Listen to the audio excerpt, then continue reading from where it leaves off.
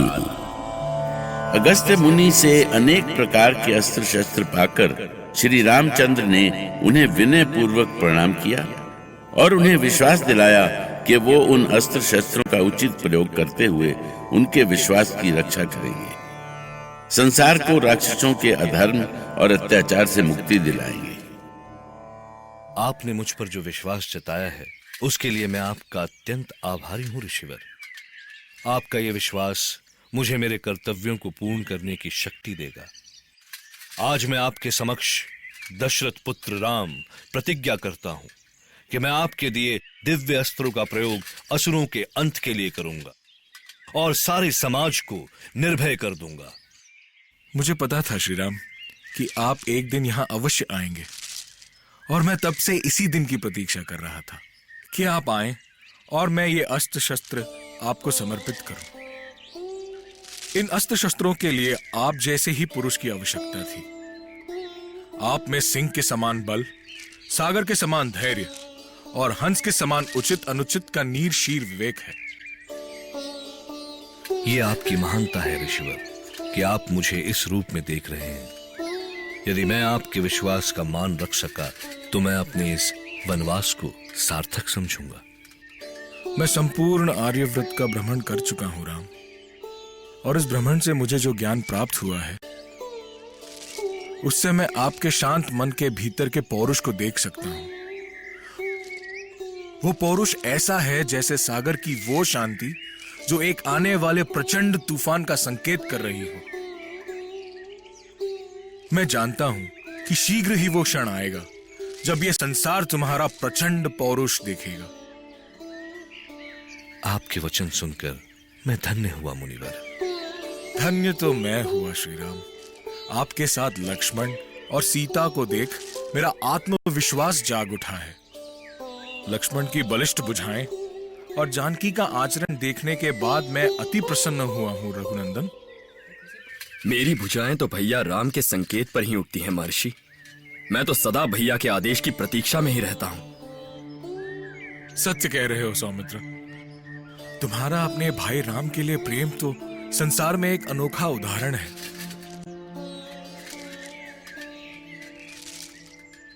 गुरुदेव, हमने श्री रामचंद्र, मां सीता और श्री लक्ष्मण के विश्राम की व्यवस्था कर दी है।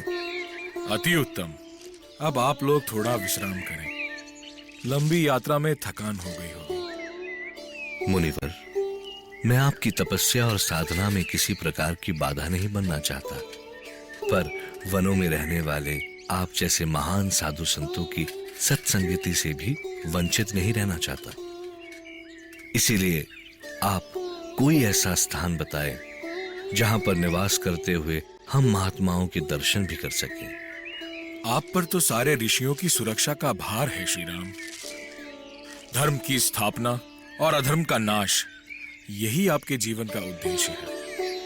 इसके लिए आप पंचवटी नामक महावन को अपने अभियान का केंद्र बनाएं। यह स्थान आप लोगों के निवास के लिए बिल्कुल सही होगा। ये स्थान यहां से कितना दूर है मुनिवर? यहां से थोड़ी दूरी पर ही है श्री राम। आप जब भी जाना चाहें हमारे शिष्य आपको वहां तक पहुंचा देंगे। अवश्य मुनिवर।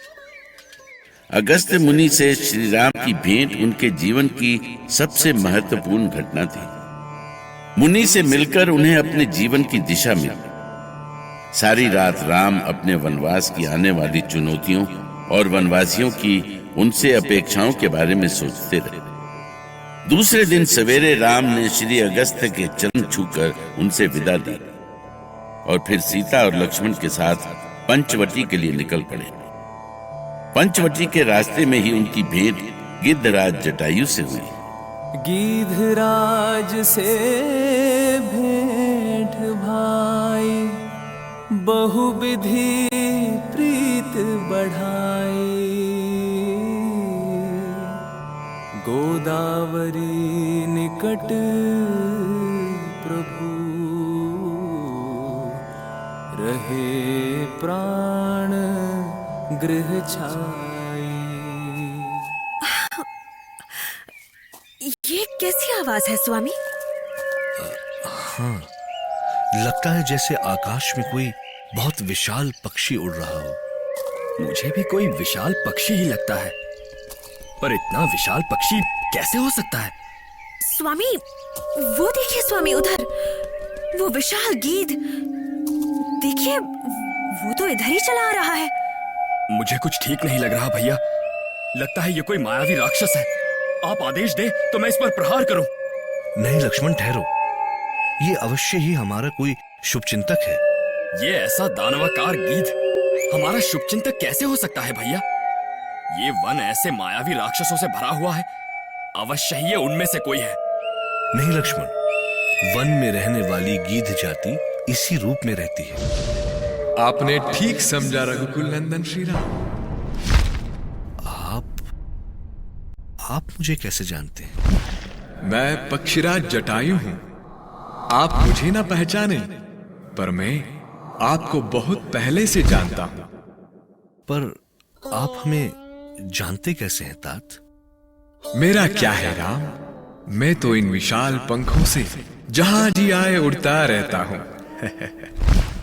मैंने तो आपको अयोध्या के राजमहल के आंगन में घुटनों के बल चलते भी देखा है। आपकी बालपन की वो तूतली बोली मेरे कानों में आज भी मिश्री सी घोल जाती है। तभी से आपकी सलोनी छवि देखकर आपसे पुत्रवत स्नेह हो गया। आज आप तीनों के दर्शन से मन प्रसन्न हो गया है। परंतु क्या पक्षीराज? परंतु आपके कष्ट देखकर हृदय में बहुत पीड़ा भी हुई। असमय पिता की मृत्यु और ये वनवास। आपका ये स्नेह हमें पिताश्री का स्मरण करा रहा है तात। आपसे मिलकर हमारे सारे कष्ट दूर हो गए। इस निर्जन वन में हमें आपके सानिध्य की बहुत आवश्यकता है तात। हम पर ऐसा ही स्नेह सदा बनाए रखिएगा। अवश्य बहू, परंतु हम तो ठहरे पक्षी, विचरण करना ही हमारी नियति है। फिर भी मैं आप लोगों की सूचना लेता रहूंगा। पक्षीराज, आप हमें यहाँ कोई उचित स्थान बताएं जहां हम अपनी कुटिया छा सके। गोदावरी तट के आसपास बड़ा रमणीक स्थान है लक्ष्मण, आप वहां निवास कर सकते हैं। पुत्री सीता को भी बहुत अच्छा लगेगा वो स्थान। जैसा कि जटायु ने बताया था, राम लक्ष्मण गोदावरी तट के समीप पर्णकुटी डालकर वहां निवास करने लगे।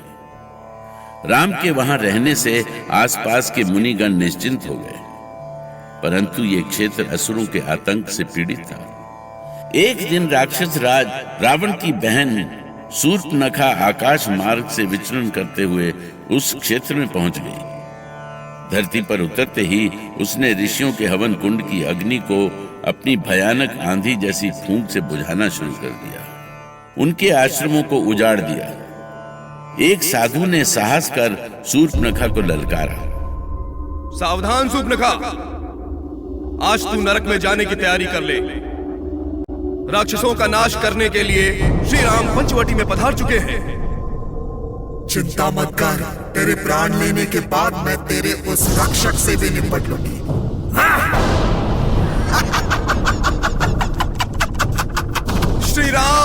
श्री राम रक्षा करें प्रभु, रक्षा करें श्री राम, रक्षा करें। लक्ष्मण, लगता है वन के भीतर से कोई हमें पुकार रहा है। हाँ, मुझे भी ऐसा ही लग रहा है। मैं जाकर देखता हूँ भैया। ठीक है लक्ष्मण, तुम जाओ। मुझे लगता है स्वामी कि यज्ञ में आहुतियां दी जा रही हैं। अकारण ही लक्ष्मण को इस भयानक वन में अकेले ना जाने दे। तुम सत्य कह रही हो जानकी। पता नहीं क्यों हमें हमेशा ऐसा लगता है जैसे कोई हमें पुकार रहा हो। अब तो हम वनवासी हो चुके हैं स्वामी, भला अब हमसे किसी को क्या काम। ये नई कुटिया दिख रही है। साधुओं का रक्षक राम यहीं होना चाहिए। यहीं ढूंढती हूँ साधुओं के उस रक्षक को। मुझे देखते ही उसके प्राण न निकल गए तो शूर्पणखा लंकापति रावण की बहन नहीं।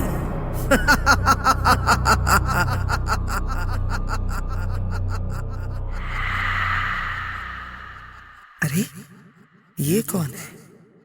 ये तो बहुत सुंदर दिख रहा है। कहीं यही तो वो राम, साधुओं का रक्षक? पर इतने सुंदर पुरुष को मैं कैसे मार सकती हूँ? ये तो मेरा पति बनने के योग्य है। मैं इससे विवाह करूंगी। पहले जाकर इसे प्रणय निवेदन करती हूँ, बड़ा आनंद आएगा। अरे रे रे, ये क्या कर रही हूं मैं? ऐसा भयानक वेश लेकर मैं कहां चली? मेरी बुद्धि को न जाने क्या हो जाता है। ऐसे विकट रूप में देखकर तो ये राम डरकर भाग ही जाएगा। अरे शूर्पणखा, प्रेम करने जा रही हो तो प्रेयसी बनकर जा।